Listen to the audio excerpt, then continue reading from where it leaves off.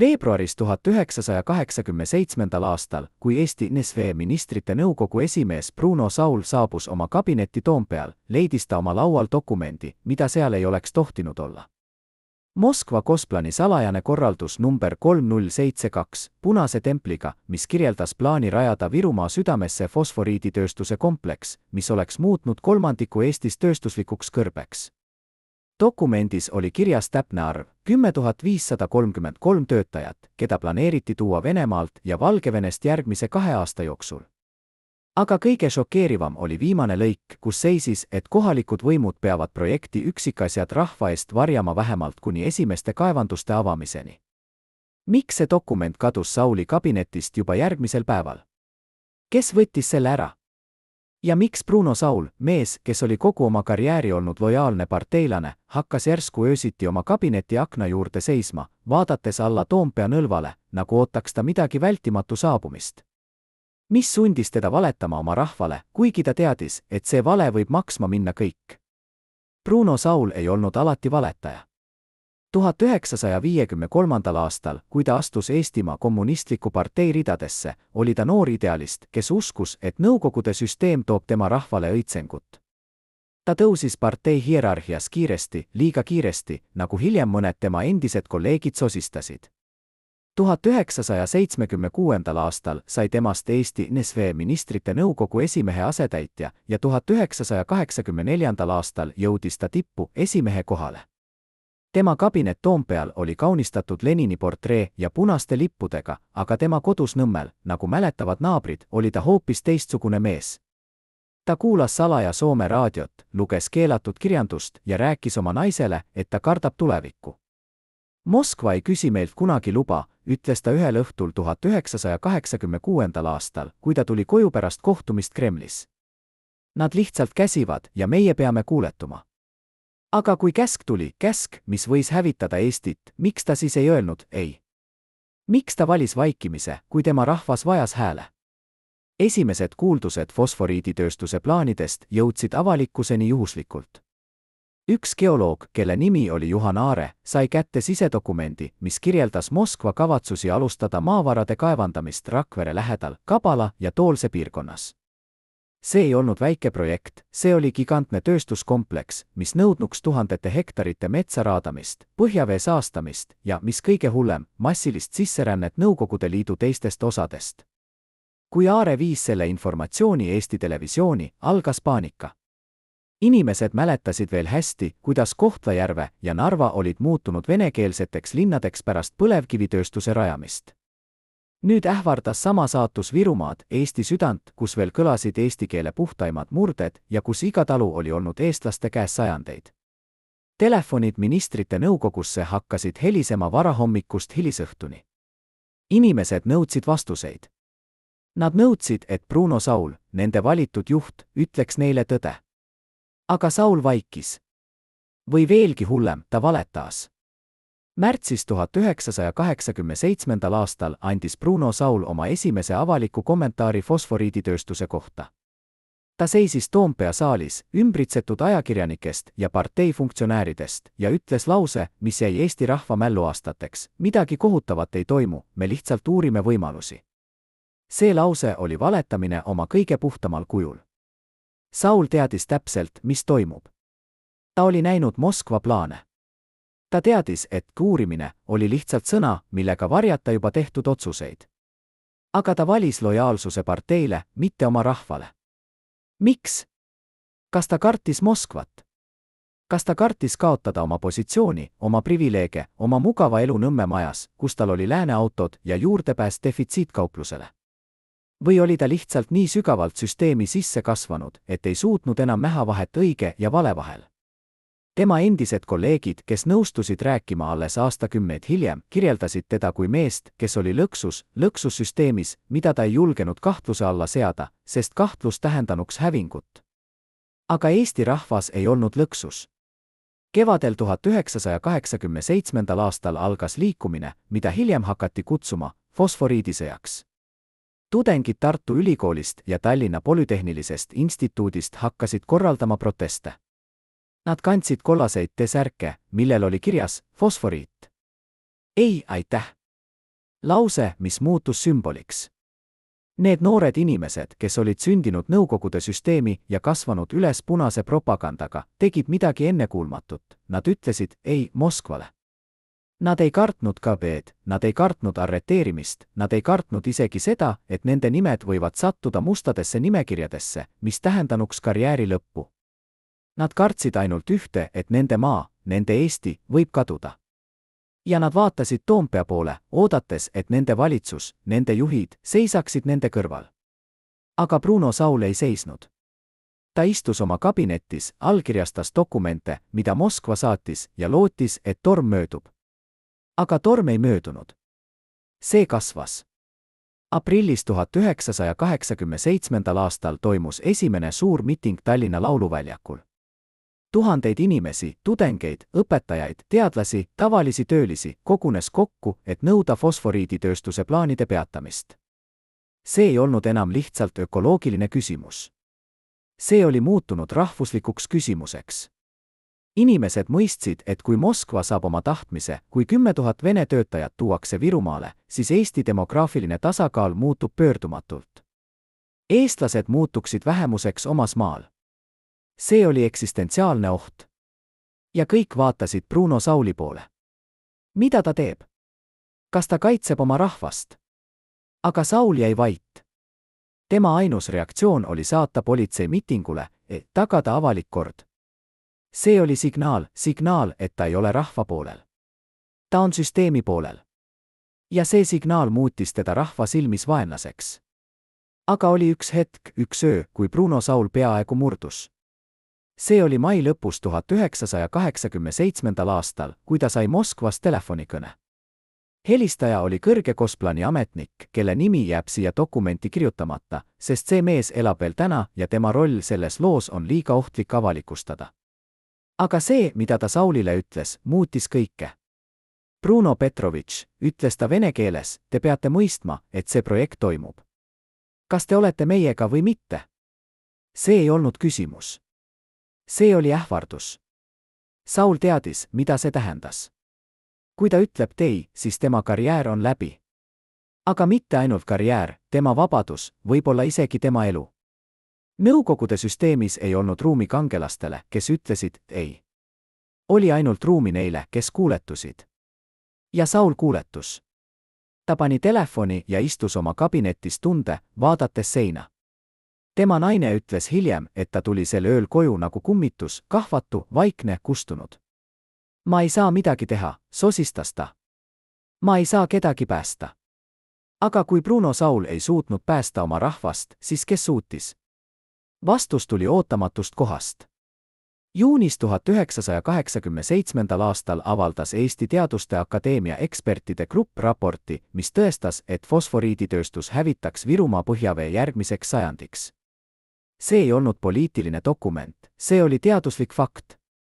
Ja fakte ei saanud eitada isegi Moskva. Raport levis üle Eesti nagu tulekahjus. Inimesed lugesid seda köökides, kontorites, tehaste sööklatest. Nad mõistsid, et neil oli õigus.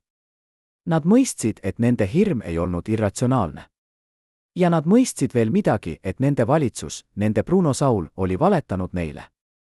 See oli pöördepunkt. Alates sellest hetkest ei olnud Saul enam lihtsalt halb juht. Ta oli vaenlane. Tema nimi muutus sümboliks kõigele, mis oli Nõukogude süsteemis vale. Sümboliks valetamisele, argusele, reale. Suvel 1987. aastal muutusid miitingud suuremaks ja valjemaks. Inimesed ei karjunud enam lihtsalt ei fosforiidile. Nad karjusid, Saul peab lahkuma. Tema portreesid kanti tänavatele ja põletati. Tema nimi muutus sõimusõnaks. Aga Saul ise jäi oma kabinetti. Ta ei tulnud enam avalikkuse ette. Ta ei andnud enam intervjuusid. Ta oli muutunud kummituseks, meheks, kes oli veel ametlikult võimul, aga kellel ei olnud enam mingit autoriteeti. Partei Moskvas hakkas mõistma, et Saul on muutunud probleemiks. Ta ei suutnud enam rahvast kontrollida. Ta ei suutnud enam isegi iseennast kontrollida. Üks endine Eestimaa Kommunistliku Partei Keskkomitee liige, kes nõustus rääkima 35 aastat hiljem, kirjeldas Sauli kui meest, kes olid juba surnud, aga veel hingamas. Ta teadis, et tema aeg on läbi, ütles see mees. Ta lihtsalt ootas lõppu. Lõpp tuli 1988. aastal. Jaanuaris, kui laulev revolutsioon oli juba täies hoos ja Eesti rahvas oli hakanud nõudma suveräänsust, otsustas Moskva, et Bruno Saul peab lahkuma. See ei olnud auküsimus, see oli pragmaatiline otsus. Saul oli muutunud liiga suureks koormuseks. Tema olemasolu ainult õhutas rahvaviha. Ja nii, veebruaris 1988. aastal teatas Bruno Saul oma tagasiastumisest. Tema ametlik põhjendus oli terviseprobleemid. Aga kõik teadsid tõde. Ta ei lahkunud, sest ta oli haige. Ta lahkus, sest ta oli kaotanud. Ta oli kaotanud rahva usalduse. Ta oli kaotanud oma autoriteedi. Ja ta oli kaotanud oma koha ajaloos. Tema nimi ei jääks mällu kui juhi nimi, vaid kui hoiatuse nimi, hoiatus selle kohta, mis juhtub, kui inimene valib süsteemi oma rahva asemel. Aga oli üks detail, mida avalikkus ei teadnud. Nädal enne oma tagasiastumist sai Bruno Saul salajase külalise. See kohtumine ei ilmunud ühtegi ametlikku protokolli. Keegi ei tea täpselt, kes see inimene oli, mõned allikad väidavad, et ta oli KGB agent Moskvast, teised ütlevad, et ta oli Eestimaa Kommunistliku Partei siseringi liige, kes tuli hoiatama. Aga kõik, kes seda lugu teavad, on ühel nõul ühes asjas, pärast seda kohtumist oli Saul muutunud. Ta oli vanem, väsinud, lõhutud. Üks tema endine sekretär, kes nägi teda koridoris pärast seda kohtumist, ütles, et Saul nägi välja nagu mees, kes oli just kuulnud oma surmaotsust. Mida talle öeldi selles kabinetis? Kas talle pakuti eksiili või loeti talle ette süüdistus? Kas see mees oli KGB agent, siia saadik või keegi veel võimsam, keegi, kes teadis Sauli kõiki saladusi, kõiki tema patte, kõiki tema valetamisi? Ja miks Saul, mees, kes oli kogu oma elu olnud lojaalne parteilane, otsustas pärast seda kohtumist lihtsalt alla anda? Kas ta kartis vangistust? Või kartis ta midagi hullemat, et tema saladused, tema tegelik roll fosforiiditööstuse varjamises, tuleksid avalikkuse ette? Bruno Sauli tagasiastumine oli Eesti rahva esimene võit Nõukogude süsteemi üle. See ei olnud veel iseseisvus, aga see oli algus. Inimesed mõistsid, et nad võivad võita. Nad mõistsid, et nende hääl on tugevam kui partei käsud. Ja nad mõistsid, et isegi kõige võimsam süsteem võib murduda, kui rahvas ütleb ei. Fosforiidisõda ei olnud lihtsalt ökoloogiline võitlus. See oli rahvuslik ärkamine. See oli hetk, kui eestlased mõistsid, et nad on rahvas, mitte lihtsalt Nõukogude kodanikud. Ja Bruno Saul, mees, kes oleks võinud olla kangelane, muutus sümboliks sellest, mida ei tohi kunagi teha. Ta oleks võinud kaitsta oma rahvast. Ta oleks võinud öelda ei Moskvale. Aga ta valis vaikimise. Ja see vaikimine maksis talle kõik. Kas te mõistate, mida see tähendab? Kas te mõistate, et ühe inimese argus võib muuta terve rahva saatuse? Ja kas te mõistate, et kui Saul oleks sel hetkel müünud Virumaa, siis Eestit, nagu me seda täna tunneme, ei pruugiks enam olemas olla? Kuni viimase hetkeni uskusin, et me pääseme, ütleb endine Eestimaa Kommunistliku Partei Keskkomitee liige, kelle käed värisevad veel 35 aastat hiljem. See mees, kelle nime me ei avalda tema enda palvel, istus Bruno Sauli kabinetis Toompeal vähemalt 2 korda nädalas aastatel 1986 kuni 1988. Ta nägi dokumente, mida avalikkus ei näinud kunagi. Ta kuulis vestlusi, mis olid mõeldud jääma igaveseks saladuseks. Ja täna, esimest korda pärast aastakümneid, ta räägib. Saul ei olnud lihtsalt nõrk mees, ütleb ta, vaadates oma käsi, mis ei lakka värisemast. Ta oli lõksus. Me kõik olime lõksus. Aga tema lõks oli sügavam, sest ta teadis rohkem kui keegi meist. Mida see mees teadis, mida meie ei tea? Mida ta nägi Sauli kabinetis, mis pani tema käed värisema veel 35 aastat hiljem? Ja miks ta otsustas rääkida alles nüüd, kui enamik tunnistajaid on juba surnud? Tema tunnistus muudab kõike, mida me arvasime teadvat Bruno Sauli viimaste kuude kohta. See on lugu, mis on olnud peidetud liiga kaua. See mees, keda me kutsume lihtsalt tunnistaja A, kirjeldab Sauli kui inimest, kes elas 2 maailmas. Päeval oli ta range partei funktsionäär, kes allkirjastas dokumente ja kohtus Moskva esindajatega. Aga õhtuti, kui kabineti uks oli suletud ja sekretärid olid lahkunud, muutus ta teiseks inimeseks. Ta võttis pudeli välja oma sahtlist, mäletab tunnistaja A-t, mitte iga päev, aga üha sagedamini. Ja ta rääkis. Ta rääkis asju, mida ta ei oleks tohtinud kunagi öelda. Saul rääkis oma hirmudest. Ta rääkis sellest, kuidas Moskva survegrupp helistas talle iga nädal, nõudes aruandeid fosforiiditööstuse ettevalmistuste kohta. Ta rääkis sellest, kuidas ta sai käsu valmistada ette infrastruktuuri 10 000 töötaja jaoks, elamuid, koole, poode, kõike vene keeles. Ta ütles mulle ühel õhtul, jätkab tunnistaja A, tema hääl muutub vaiksemaks, et ta teab, et see hävitab Eesti. Ta ütles seda otse. See hävitab meid. Aga siis ta vaatas mulle otsa ja küsis, aga mida ma saan teha? Kui ma ütlen ei, siis nad saadavad siia kellegi teise, kes ütleb jah. Ja mind saadetakse Siberisse. See oli Sauli loogika. See oli tema õigustus. Aga kas see oli piisav õigustus? Kas ühe inimese elu on väärtuslikum kui terve rahva tulevik? Tunnistaja kirjeldab ka midagi muud, midagi, mis ei ole kunagi jõudnud ajalooraamatutesse. Kevadel 1987. aastal, kui miitingud muutusid üha suuremaks ja rahva viha kasvas, hakkas Saul käituma imelikult. Ta hakkas kontrollima oma kabinetti iga hommik, otsides pealt kuulamise seadmeid. Ta keeldus rääkimas telefoni teel, isegi oma naisega. Ja ta hakkas kohtuma inimestega salajastes kohtades, mitte oma kabinetis, vaid parkides, kohvikutes, isegi oma autos. Ta oli muutunud paranoiliseks, ütleb tunnistaja A, ta uskus, et KGB jälgib teda. Ja ta ei eksinud. Nad jälgisid teda. Aga miks? Miks KGB jälgis oma enda mehest, lojaalsest parteilast, kes oli teeninud süsteemi kogu oma elu? Vastus on šokeeriv, sest Moskva ei usaldanud teda enam. Nad teadsid, et Saul oli kaotamas kontrolli. Nad teadsid, et rahvas vihkas teda. Ja nad kartsid, et Saul võib murduda, võib hakata rääkima, võib paljastada saladusi, mis olid mõeldud jääma igaveseks varjatuks. Milliseid saladusi? Tunnistaja ei ütle seda otse, aga ta vihjab, olid dokumendid, mida Saul hoidis oma isiklikus seifis. Dokumendid, mis ei olnud mõeldud avalikkusele. Dokumendid, mis näitasid, kui palju Moskva tegelikult planeeris Eestisse tuua. Mitte 10 000. Palju rohkem. Aga kui palju rohkem? Tunnistaja ei tea täpset arvu, aga ta mäletab üht vestlust. See oli juunis 1987. aastal, paar nädalat pärast Teaduste Akadeemia raporti avaldamist. Saul oli kutsunud teda oma kabinetti hiljaõhtul. Kabinet oli pime, ainult üks lamp põles laual. Saul istus oma toolis, nägu varjudes, ja hoidis käes paberit. Vaata seda, ütles ta, lükates paberi tunnistaja poole. See oli Gosplani sisedokument, dateeritud aprilliga 1987. aastal. Dokumendis oli kirjas plaan tuua Eestisse järgmise 10 aasta jooksul 50 000 töötajat koos peredega. See tähendas umbes 150 000 inimest, peaaegu 15% Eesti toonasest elanikkonnast. Nad tahavad meid ära lahjendada, ütles Saul. Nad tahavad, et me kaoksime.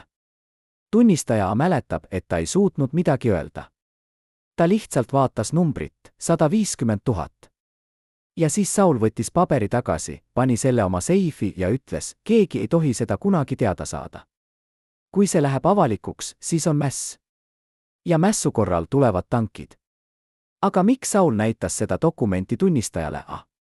Kas ta tahtis jagada oma koormust? Või oli see hoiatus, et kui tunnistaja räägib, siis nad mõlemad surevad? Juulis 1987. aastal toimus midagi, mis muutis kõike. Bruno Saul sai südamerabanduse. See ei olnud esimene kord, ta oli kannatanud südameprobleemide käes juba aastaid, aga see rünnak oli tõsine. Ta viidi haiglasse keskööpaiku ja järgmised 3 päeva oli ta intensiivraviosakonnas. Ametlikult öeldi, et see oli stress. Aga tunnistaja A, kes külastas teda haiglas, ütleb midagi muud. Ta ei olnud lihtsalt stressis. Ta oli hirmul. Ta rääkis unenägemistest. Ta ütles, et ta näeb unes rahva hulka, kes tuleb tema juurde. Ta ütles, et ta kuuleb nende karjeid. Ja ta küsis minult, kas nad tapavad mind. Kas nad tulevad ja tapavad mind? See oli hetk, kui Saul mõistis, et ta ei ole enam lihtsalt halb juht. Ta oli muutunud sümboliks, mida rahvas võis vihata piisavalt, et tappa. Ja see hirm, see eksistentsiaalne hirm, murdis teda. Pärast haiglas viibimist ei olnud ta enam sama mees. Ta oli vanem, nõrgem, vaiksem. Ta ei tulnud enam oma kabinetti iga päev. Ta hakkas töötama kodust, varjates end avalikkuse eest. Aga kas ta varjas end rahva eest või Moskva eest? Või mõlema eest? Augustis 1987. aastal toimus kohtumine, millest keegi ei rääkinud avalikult kunagi. See kohtumine toimus mitte Toompeal, vaid Pirita kloostri lähedal, vanas puhkemajas, mida kasutas partei eliit. Kohal olid Bruno Saul, 2 Moskva esindajat ja 1 mees, kelle identiteet on jäänud saladuseks. Tunnistaja ei olnud seal, aga ta kuulis sellest kohtumisest hiljem Saulilt endalt. Ta tuli tagasi nagu kummitus, ütleb tunnistaja, ta ei rääkinud midagi esimesed 2 tundi. Ta lihtsalt istus oma kabinetis ja vaatas seina. Ja siis ta ütles mulle, nad tahavad, et ma allkirjastan. Nad tahavad, et ma annan ametliku loa fosforiiditööstuse alustamiseks. Ja kui ma ei allkirjasta, siis nad leiavad kellegi, kes allkirjastab. See oli ultimaatum. Moskva oli kaotanud kannatlikkuse. Nad ei tahtnud enam oodata. Nad tahtsid alustada tööd kohe, enne kui rahva vastupanu muutuks veel tugevamaks. Ja nad vajasid Sauli allkirja, sest ilma selleta oleks projekt olnud ebaseaduslik isegi Nõukogude seaduste järgi. Aga Saul ei allkirjastanud. Mitte sel päeval. Ta ütles, et ta vajab aega. Ja Moskva andis talle aega 2 nädalat. 2 nädalat, et otsustada, kas ta on süsteemiga või süsteemi vastu. Need 2 nädalat olid Bruno Sauli elu kõige pimedamad päevad. Tunnistaja kirjeldab, kuidas Saul ei maganud peaaegu üldse. Ta tuli oma kabinetti keskööpaiku ja istus seal kuni hommikuni, vaadates dokumente, mida ta ei lugenud kunagi.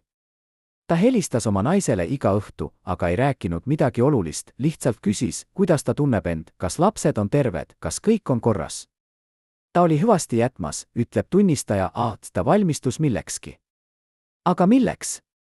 Septembri alguses, kui 2 nädalat olid möödas, saabus Moskvast uus telefonikõne. Tunnistaja oli Sauli kabinetis, kui telefon helises. Saul võttis toru, kuulas vaikides 5 minutit ja siis ütles ainult 1 sõna, jah. Ta pani telefoni ja vaatas tunnistajat, see on läbi, ütles ta. Ma allkirjastan homme. Aga ta ei allkirjastanud homme. Sest sel ööl juhtus midagi, mis muutis kõike. Sel ööl sai Saul külalise, kellest me rääkisime juba varem, külalise, kelle identiteet on jäänud saladuseks. Ja pärast seda kohtumist ei olnud Saul enam nõus allkirjastama. Ta oli muutunud. Aga miks? Mida talle öeldi? Kas see oli ähvardus või pakkumine? Kas see oli KGB agent, kes hoiatas teda, et kui ta allkirjastab, siis rahvas tapab ta? Või oli see keegi muu, kes pakkus talle väljapääsu, kui ta keeldub? Oktoobris 1987. aastal muutus olukord veelgi keerulisemaks. Moskva otsustas saata Eestisse oma enda meeskonna, insenerid, geoloogid, parteifunktsionäärid, kes pidid alustama fosforiiditööstuse ettevalmistusi ilma Sauli loata. See oli otsene solvang. See oli signaal, et Saul ei ole enam vajalik. Aga see oli ka viga. Sest kui see meeskond saabus Rakvere lähedale, Kabala külla, kohtusid nad kohalike elanike vastupanuga. Inimesed seisid teedel, blokeerides autod. Nad karjusid, nad laulsid, nad keeldusid liikumast. Ja politsei, kes oli saadetud neid laiali ajama, keeldus tegutsemast. Esimest korda Nõukogude Eesti ajaloos keeldusid politseinikud täitmast käsku. Nad ütlesid, et nad ei löö oma rahvast. See oli pöördepunkt. See oli hetk, kui süsteem hakkas murduma. Ja Bruno Saul, kes istus oma kabinetis Toompeal ja kuulis neid uudiseid, mõistis, et ta oli kaotanud. Ta ei suutnud enam kontrollida rahvast. Ta ei suutnud enam kontrollida isegi politseid. Ja Moskva ei suutnud enam kontrollida teda. Kõik oli muutunud kaoseks. Aga kaosest võib sündida midagi uut. Ja see uus asi oli vabadus. Novembris 1987. aastal toimus veel üks kohtumine, mis jäi saladuseks. See kohtumine toimus Sauli kodus Nõmmel, mitte tema kabinetis. Kohal olid Saul, tema naine ja 2 inimest, kelle nimesid me ei tea. Tunnistaja ei olnud seal, aga ta kuulis sellest hiljem Sauli naiselt, kes rääkis temaga pärast Sauli surma. Need 2 inimest tulid kesköö paiku, ütles Sauli naine. Nad ei koputanud uksele, nad lihtsalt tulid sisse. Nad teadsid koodi. Ja nad rääkisid Brunoga 2 tundi. Ma ei kuulnud, mida nad ütlesid, sest Bruno saatis mind magamistuppa. Aga kui nad lahkusid, oli Bruno muutunud. Ta oli rahulikum. Ta ütles mulle, kõik saab korda. Ma tean nüüd, mida teha. Mida need 2 inimest Saulile ütlesid? Kas nad olid ka agendid, kes ähvardasid teda? Või olid nad Eesti rahvusliku liikumise esindajad, kes pakkusid talle võimalust lunastuseks? Või olid nad midagi kolmandat, välisriigi agendid, kes tahtsid kasutada Sauli oma eesmärkide saavutamiseks? Me ei tea. Aga me teame ühte, pärast seda kohtumist ei allkirjastanud Saul kunagi fosforiiditööstuse dokumente. Ta keeldus. Ja see keeldumine maksis talle kõik. Detsembris 1987. aastal sai Bruno Saul teate Moskvast. Teda kutsuti Kremlisse konsultatsioonideks. See ei olnud kutse. See oli käsk. Tunnistaja mäletab, kuidas Saul valmistus selleks reisiks. Ta pakkis oma kohvri nagu mees, kes ei tea, kas ta tuleb tagasi, ütleb ta. Ta võttis kaasa ainult kõige vajalikuma. Ja ta jättis mulle ümbriku. Ta ütles, kui ma ei tule tagasi 2 nädala jooksul, siis ava see ümbrik ja tee, mida seal kirjas on. Tunnistaja ei avanud seda ümbrikku kunagi, sest Saul tuli tagasi. Aga mees, kes tuli tagasi, ei olnud enam Bruno Saul. Ta oli vari. Ta oli kustunud. Ta ei rääkinud sellest, mis Moskvas juhtus. Ta lihtsalt ütles, see on läbi. Ma lahkun. Ja jaanuaris 1988. aastal teatas ta oma tagasiastumisest. Aga kas see oli tema otsus või Moskva otsus? Kas ta lahkus, sest ta tahtis, või sest teda sunniti? Ja mis oli selles ümbrikuks, mille ta jättis tunnistajale? Tunnistaja ei ütle seda. Ta ütleb ainult, mõned saladused peavad jääma saladuseks.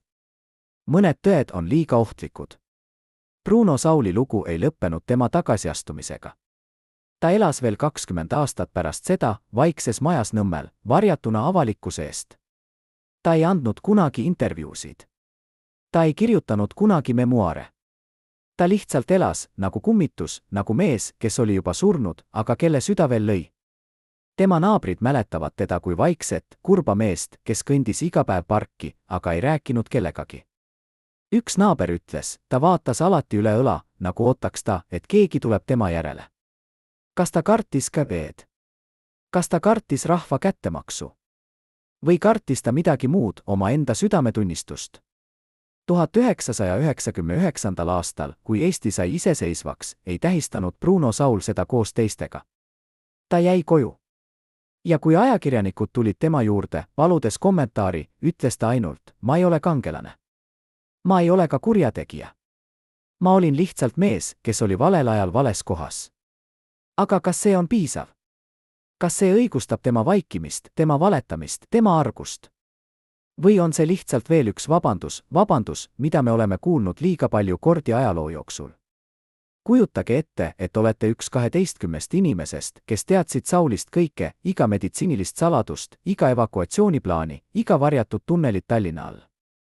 Nüüd kujutage ette, et peate valima, kas jääda lojaalseks või päästa oma elu. 22. detsembril 1987. aastal tegid need inimesed valiku, mis muutis Eesti ajalugu. Aga enne seda valikut oli veel üks ring, sisemine ring, mida isegi tunnistaja ei tundnud täielikult.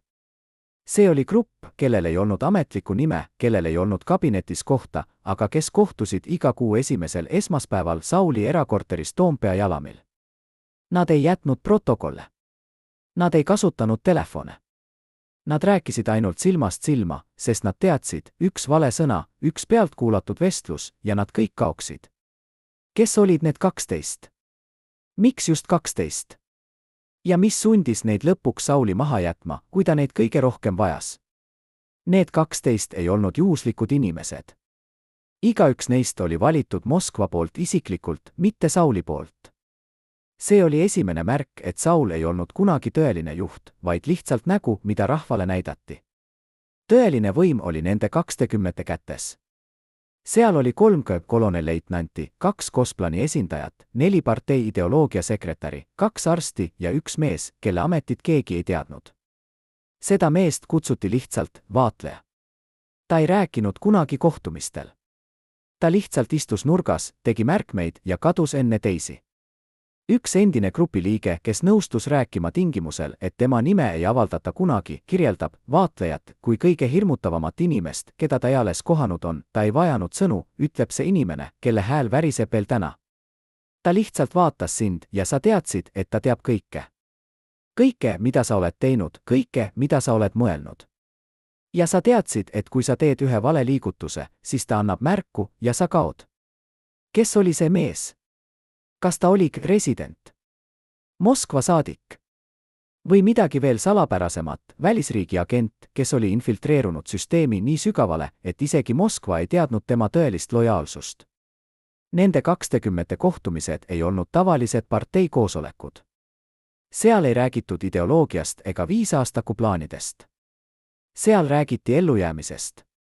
Kevadel 1987. aastal, kui fosforiidisõda oli juba täies hoos, muutusid need kohtumised üha pingelisemaks. Üks endine liige mäletab üht konkreetset kohtumist aprillis, kui Saul tuli tuppa kahvatu ja higine. Ta oli just saanud telefonikõne Moskvast, kõne, mis kestis ainult 30 sekundit, aga mis muutis kõike. Ta ei öelnud meile kohe, mis juhtus, kirjeldab see liige. Ta lihtsalt istus, vaatas meid kõiki ükshaaval ja ütles, nad tahavad nimesid. Nad tahavad teada, kes on meie vastu. Ja nad tahavad neid nimesid 2 nädala jooksul. See oli hetk, kui grupp mõistis, et nad ei ole enam lihtsalt Sauli nõuandjad. Nad on muutunud täitjateks. Täitjateks, kes peavad koostama nimekirju inimestest, kes kõrvaldatakse. Aga kuidas sa koostad sellise nimekirja? Kuidas sa valid, kes elab ja kes sureb? Ja mis juhtub, kui keeldud? Üks grupi liikmetest keeldus. Tema nimi oli Jüri, rohkem me ei saa öelda, sest tema pere elab veel täna Eestis ja nad kardavad. Jüri oli üks 4 partei ideoloogia sekretärist, mees, kes oli kogu oma elu uskunud süsteemi. Aga sel aprilli õhtul, kui Saul palus tal kirjutada nimesid, ütles Jüri ei. Ma ei tee seda, ütles ta, tema hääl värisedes, aga kindel. Ma ei kirjuta ühtegi nime. Kui te tahate mind karistada, siis karistage. Aga ma ei tapa oma rahvast. Ruum muutus vaikseks. Kõik vaatasid vaatlejat, kes istus oma tavalisel kohal nurgas. Vaatlejat ei öelnud midagi. Ta lihtsalt tegi märkme oma väikesesse mustasse raamatusse ja jätkas vaatamist.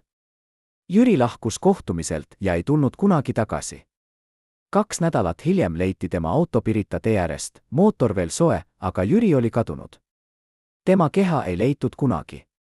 Ametlik versioon oli, et ta põgenes läände. Aga grupi liikmed teadsid tõde. Jüri ei põgenenud. Jürin kõrvaldati. Ja see oli hoiatus kõigile teistele, keeldumine ei ole valik. Pärast Jüri kadumist muutusid ülejäänud 11 veel ettevaatlikumaks. Nad hakkasid kohtuma väljaspool Sauli korterit, parkides, kohvikutes, isegi Tallinna vanalinnas, kus turiste oli palju ja kus vestlusi oli raske pealt kuulata. Üks neist kohtumistest toimus juunis 1987. aastal Kadrioru pargis, varahommikul, kui veel keegi ei olnud väljas. Seal olid 3 meest, 1 kolonelleitnant, 1 Gosplan'i esindaja ja 1 arst, Sauli isiklik arst, mees, kes teadis Sauli tervisest rohkem kui keegi teine. See arst, keda me kutsume doktor M, rääkis neile midagi, mis pani kõik muutuma. Saul on haige, ütles ta. Tõsiselt haige. Tema süda ei pea vastu veel kaua.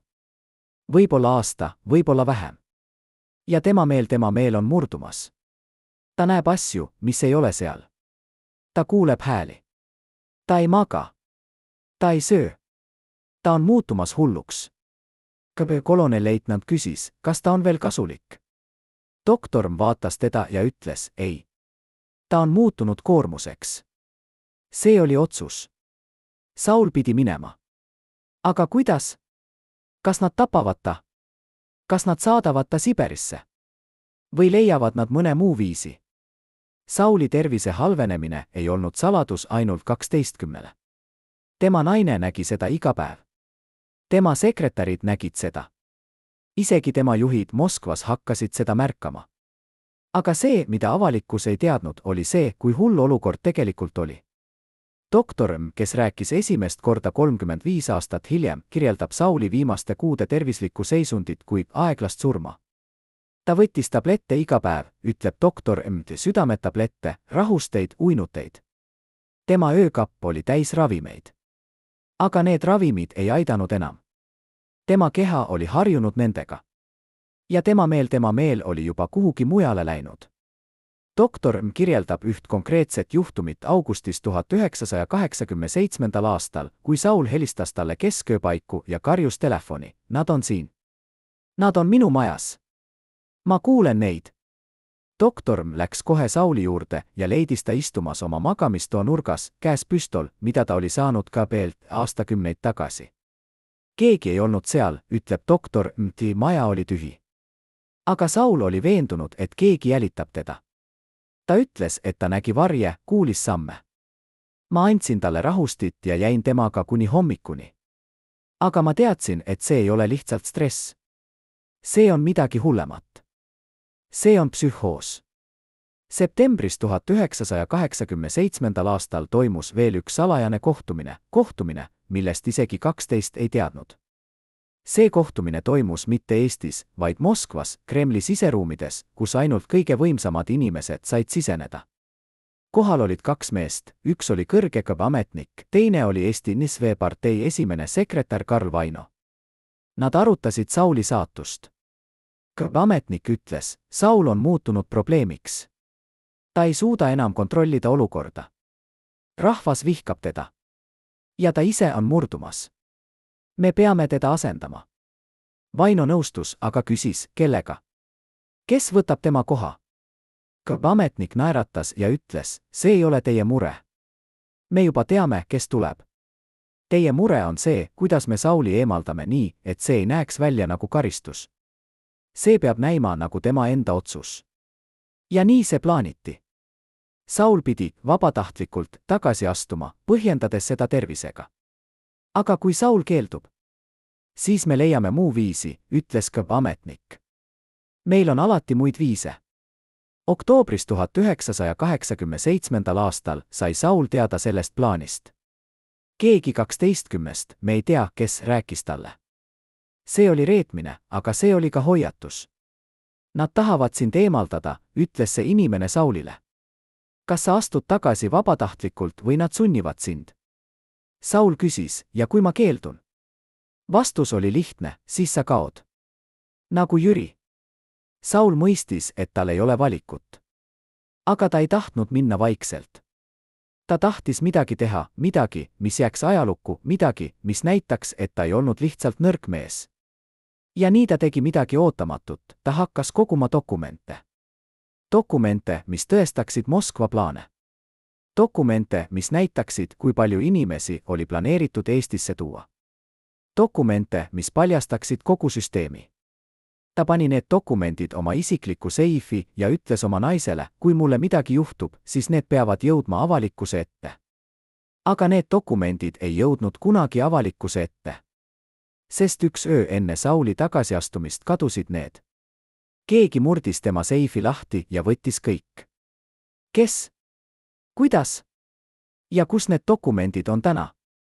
Novembris 1987. aastal, kui Saul oli juba otsustanud tagasi astuda, toimus viimane kohtumine 12 ringiga. See kohtumine oli erinev kõigist teistest. Seekord ei tulnud vaatleja.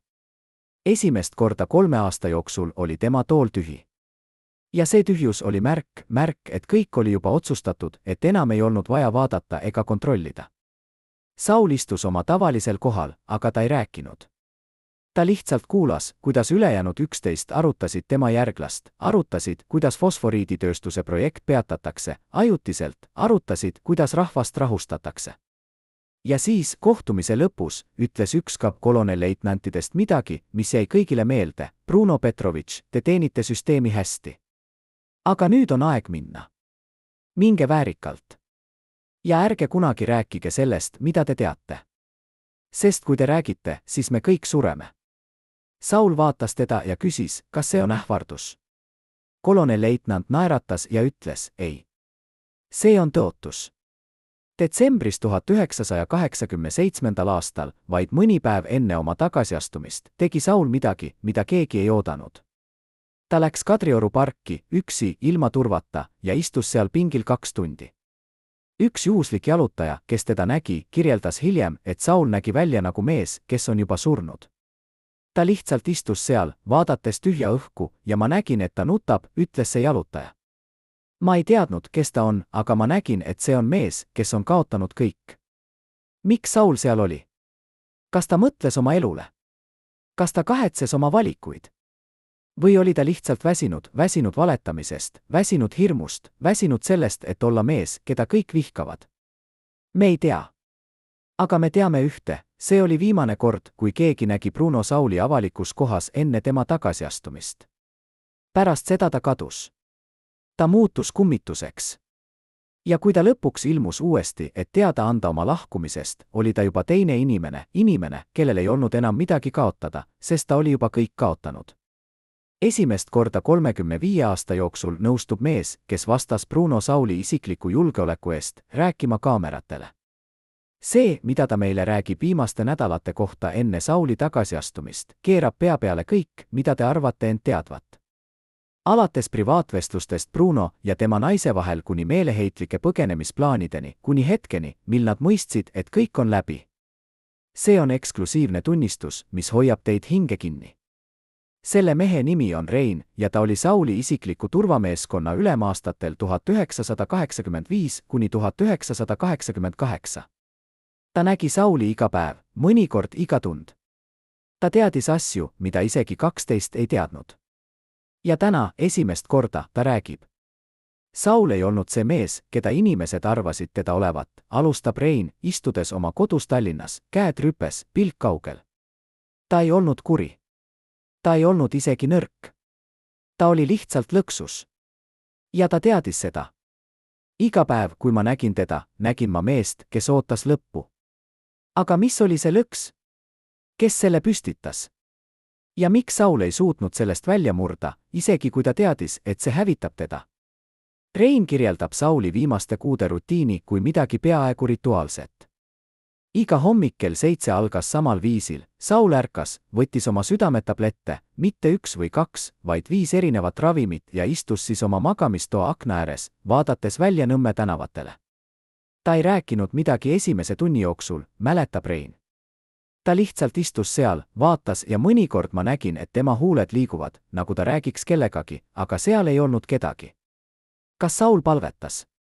Kas ta rääkis iseendaga? Või rääkis ta kellegagi, keda ainult tema nägi, kummitustega oma minevikust, inimestega, keda ta oli reetnud, otsustega, mida ta ei suutnud tagasi võtta? Rein ei tea. Aga ta teab ühte, Saul kartis hommikuid. Ta ütles mulle kord, jätkab Rein, et iga hommik on nagu ärkamine surmast. Ja iga päev ta lootis, et võib-olla see päev on viimane, et võib-olla ta ei pea enam üles ärkama. See ei olnud mees, kes tahtis elada. See oli mees, kes ootas luba surra. Aga Sauli elu ei olnud ainult ootamine. Oli hetki, kui ta üritas veel midagi teha, midagi, mis päästaks tema nime, tema pärandit. Oktoobri lõpus 1987. aastal, vaid mõni nädal enne tema tagasiastumist, kutsus Saul Reinu oma kabinetti Toompeal, mitte ametlikku kabinetti, vaid väikest ruumi, mida kasutati harva, ruumi, kus ei olnud pealt kuulamise seadmeid. Seal andis Saul Reinule ümbriku. Hoia seda, ütles Saul. Ära ava seda. Aga kui mulle midagi juhtub, kui mind arreteeritakse, kui ma kaon, kui ma enam ei ole, siis vii see ümbrik Soome saatkonda. Mitte Nõukogude ametivõimudele. Mitte partei sekretärile. Soome saatkonda. Rein võttis ümbriku, aga ei küsinud, mis seal sees on, ta teadis, et mõned küsimused on liiga ohtlikud. Aga ta tundis ümbriku. See oli paks. seal oli midagi rasket, dokumendid, fotod, võib-olla isegi lindid. ma hoidsin seda ümbrikku 3 kuud, ütleb Rein. iga päev ma kartsin, et keegi leiab selle. aga keegi ei leidnud. ja siis, kui Saul astus tagasi ja oli veel elus, ta helistas mulle ja ütles, põleta see. põleta kõik. Rein põletas ümbriku. ta ei avanud seda kunagi. aga täna, 35 aastat hiljem, ta kahetseb. võib-olla seal oli midagi, mis oleks muutnud ajalugu, ütleb ta. võib-olla seal oli tõde, mida me kõik vajasime. aga ma ei tea. ja ma ei tea kunagi. Novembris 1987. aastal hakkas Sauli käitumine muutuma veelgi eriskummalisemaks. Rein kirjeldab, kuidas Saul hakkas kontrollima oma autot iga kord enne sõitmist, mitte lihtsalt vaatama, vaid otsima pomme, pealtkuulamise seadmeid, jälitusseadmeid. ta ronis auto alla, kontrollis mootorit, kontrollis istmeid, ütleb Rein. ja kui ma ütlesin talle, et ma olen juba kontrollinud, siis ta vaatas mind, nagu ma oleksin vaenlane. ta ei usaldanud enam kedagi. isegi mitte mind. see oli paranoia oma kõige puhtamal kujul. aga kas see oli põhjendatud paranoia? Rein ütleb jah. meid jälgiti, tunnistab ta. ma nägin neid. mustad autod, mis järgnesid meile. mehed, kes seisid meie maja vastas. Telefonikõned, mis katkesid, kui ma vastasin. Saul ei olnud hull. ta oli õigel teel. Nad jälgisid teda. ja nad ootasid õiget hetke. õiget hetke milleks? Rein ei ütle seda otse, aga ta vihjab, kui Saul oleks teinud ühe valeliigutuse, kui ta oleks rääkinud liiga palju, kui ta oleks üritanud põgeneda, ta ei oleks jõudnud piirini. ta oleks kadunud. nagu Jüri. Detsembris 1987. aastal toimus midagi, mis muutis kõike. Saul sai külalise, kellest me oleme juba rääkinud, külalise, kelle identiteet on jäänud saladuseks. Rein oli seal sel ööl. ta seisis ukse taga, kuulis vestlust, kuigi ta ei saanud aru kõigist sõnadest. Nad rääkisid vene keeles, ütleb Rein. ja nad rääkisid vaikselt. aga ma kuulsin mõningaid fraase. ma kuulsin sõna Soome. ma kuulsin sõna eksil. ja ma kuulsin sõna perekond. kas see külastaja pakkus Saulile võimalust põgeneda? kas ta pakkus talle kaitset, kui Saul nõustub rääkima? või oli see hoopis ähvardus, et kui Saul ei kuuletu, siis tema perekond kannatab? Rein ei tea. aga ta teab ühte, pärast seda kohtumist oli Saul muutunud. ta oli rahulikum, ütleb Rein. nagu ta oleks teinud otsuse. nagu ta oleks lõpuks leidnud rahu. aga mis otsuse? otsuse tagasi astuda. otsuse vaikida. või otsuse millegi muu kohta. Jaanuaris 1988. aastal, vaid mõni päev enne oma ametlikku tagasiastumist, tegi Saul midagi, mida Rein ei suutnud kunagi unustada.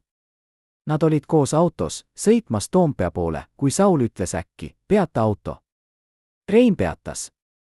Nad olid Kadrioru pargi lähedal, samas kohas, kus Saul oli istunud detsembris. Saul väljus autost ja kõndis parki. Rein järgnes talle, hoides distantsi, nagu ta oli koolitatud tegema. Saul läks samale pingile, kus ta oli istunud varem, ja istus uuesti. aga seekord ta ei nutnud. ta lihtsalt istus, vaatas tühja õhku ja siis, pärast 10 minutit, ta ütles midagi, mida Rein kuulis, kuigi ta oli 10 meetrit eemal, ma vabandan. Kellele ta vabandas? kas ta rääkis iseendaga? kas ta rääkis Jumalaga? või rääkis ta Eesti rahvaga, keda ta oli reetnud, rahvaga, keda ta ei suutnud kaitsta? Rein ei küsinud. ta lihtsalt ootas, kuni Saul tõusis ja tuli tagasi autosse. ja nad sõitsid Toompea poole vaikuses. see oli viimane kord, kui Rein nägi Sauli enne tema ametlikku tagasiastumist. järgmisel päeval teatas Saul oma lahkumisest. ja Rein ei näinud teda enam kunagi. aga Sauli lugu ei lõppenud tema tagasiastumisega. ta elas veel 20 aastat, aga need olid 20 aastat vaikust. Rein üritas teda külastada kord 1993. aastal, 3 aastat pärast Eesti iseseisvust. ta läks Sauli majja Nõmmel, koputas uksele, aga keegi ei avanud. ta teadis, et Saul oli seal, ta nägi kardinaid liikumas, aga Saul ei tulnud uksele. ma jätsin talle kirja, ütleb Rein. ma kirjutasin, et ma ei süüdista teda. Ma kirjutasin, et ma mõistan. Aga ta ei vastanud kunagi. Saul oli valinud täieliku isolatsiooni. Ta ei kohtunud kellegagi. Ta ei rääkinud kellegagi. Ta elas nagu kummitus, nagu mees, kes oli juba surnud, aga kelle süda veel lõi. Ja kui ta lõpuks lahkus sellest maailmast 2008. aastal, ei tulnud tema matustele peaaegu kedagi. Mõned naabrid, mõned endised kolleegid, kes tulid pigem kohustusest kui kaastundest. Aga rahvas, keda ta oli pidanud teenima, ei tulnud. Sest rahvas ei olnud andestanud. Ja rahvas ei unusta kunagi. Aga oli üks inimene, kes tuli Sauli matustele ja kes ütles midagi, mis jäi kõigile meelde. See oli üks endine fosforiidisõja aktivist, noor naine, kes oli kandnud kollast T-särki ja karjunud loosungeid 1987. aastal. Ta seisis Sauli haua ääres ja ütles, ma ei andesta talle. Aga ma mõistan teda. Ta oli lihtsalt mees, kes oli valel ajal vales kohas. Ja ta maksis selle eest oma eluga. Kas see on piisav? Kas see õigustab tema vaikimist, tema valetamist, tema argust? Või on see lihtsalt veel üks vabandus, mida me oleme kuulnud liiga palju kordi ajaloo jooksul? Rein ei tea. Aga ta teab ühte, Saul ei olnud kangelane. Aga ta ei olnud ka koletis. Ta oli lihtsalt inimene. Ja inimesed teevad vigu. Mõnikord need vead on väikesed. Mõnikord need vead muudavad ajalugu. Bruno Sauli tagasiastumine 1988. aastal oli pöördepunkt Eesti ajaloos. See ei olnud lihtsalt ühe mehe lahkumine võimust. See oli sümbol sellest, et rahvas võib võita, et süsteem võib murduda, et isegi kõige võimsam masin võib seiskuda, kui piisavalt inimesi ütleb tei. Fosforiidisõda ei olnud lihtsalt ökoloogiline võitlus. See oli rahvuslik ärkamine. See oli hetk, kui eestlased mõistsid, et nad on rahvas, mitte lihtsalt Nõukogude kodanikud. Ja Bruno Saul, mees, kes oleks võinud olla kangelane, muutus hoiatuseks sellest, mis juhtub, kui inimene valib süsteemi oma rahva asemel. Tema nimi ei jää mällu kui juhi nimi, vaid kui õppetunni nimi, õppetunni sellest, et vaikimine võib olla surmaotsus, et argus võib olla reetmine, et ühe inimese valik võib muuta terve rahva saatuse. Aga mis sai 12?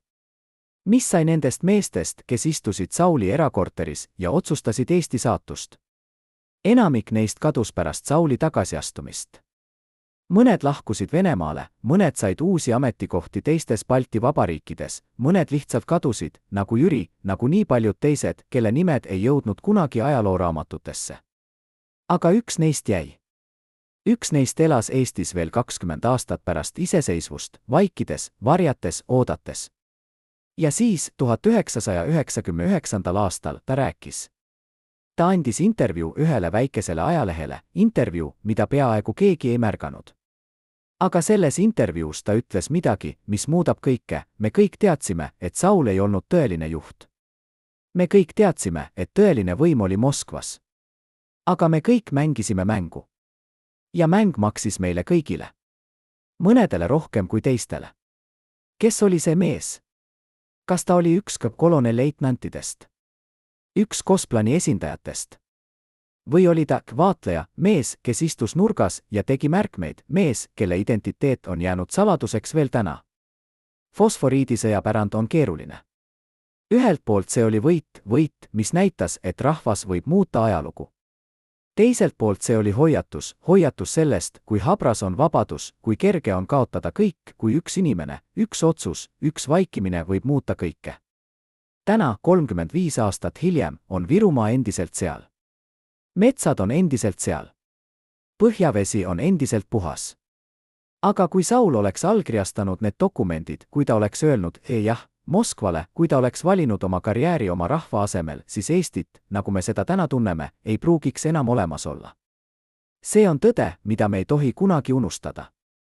See on tõde, mis peab jääma elavaks iga uue põlvkonna jaoks. Sest ajalugu kordub. Ja kui me ei õpi minevikust, siis me oleme määratud seda kordama. Aga on veel üks küsimus, mis jääb vastuseta. Mis oli selles ümbrikuks, mille Saul andis Reinule? Mis oli neis dokumentides, mida Saul kogus oma seifi? Mis oli neis lindides, neis fotodes, neis saladusetes, mida ta tahtis maailmale näidata, aga mida ta lõpuks põletas? Me ei tea. ja me ei tea kunagi. Aga võib-olla see ongi õige. Võib-olla mõned saladused peavad jääma saladuseks. Võib-olla mõned tõed on liiga ohtlikud. Või võib-olla need saladused ei olnud nii olulised, kui me arvame. Võib-olla tõeline saladus ei olnud selles, mida Saul teadis, vaid selles, mida ta ei teinud. Võib-olla tõeline saladus oli tema vaikimine. Ja see vaikimine räägib rohkem kui ükski dokument, rohkem kui ükski tunnistus, rohkem kui ükski tõde.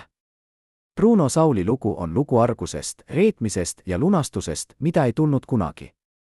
See on lugu mehest, kes oleks võinud olla kangelane, aga kes valis vaikimise. See on lugu süsteemist, mis murdis inimesi, süsteemist, mis sundis neid valima oma elu ja oma rahva vahel. Ja see on lugu rahvast, kes ütles ei, rahvast, kes keeldus kuuletumast, rahvast, kes võitis. Aga võit ei olnud täielik. Sest Bruno Saul elas veel 20 aastat pärast oma tagasiastumist ja need 20 aastat olid täis vaikust, täis kahetsust, täis küsimusi, millele ei olnud kunagi vastuseid. Ja kui ta lõpuks lahkus, ei jätnud ta maha pärandit. Ta jättis maha hoiatuse. Hoiatuse, et vaikimine võib olla surmaotsus. Hoiatuse, et argus võib olla reetmine. Hoiatuse, et ühe inimese valik võib muuta terve rahva saatuse. Austatud vaatajad, kui te jälgisite seda traagilist lugu lõpuni, kirjutage kommentaaridesse, millisest linnast te olete. Meile on oluline teada, kus Bruno Sauli veel mäletatakse. Ja tellige kanal, et mitte kaotada tõde ajaloo idoolide kohta.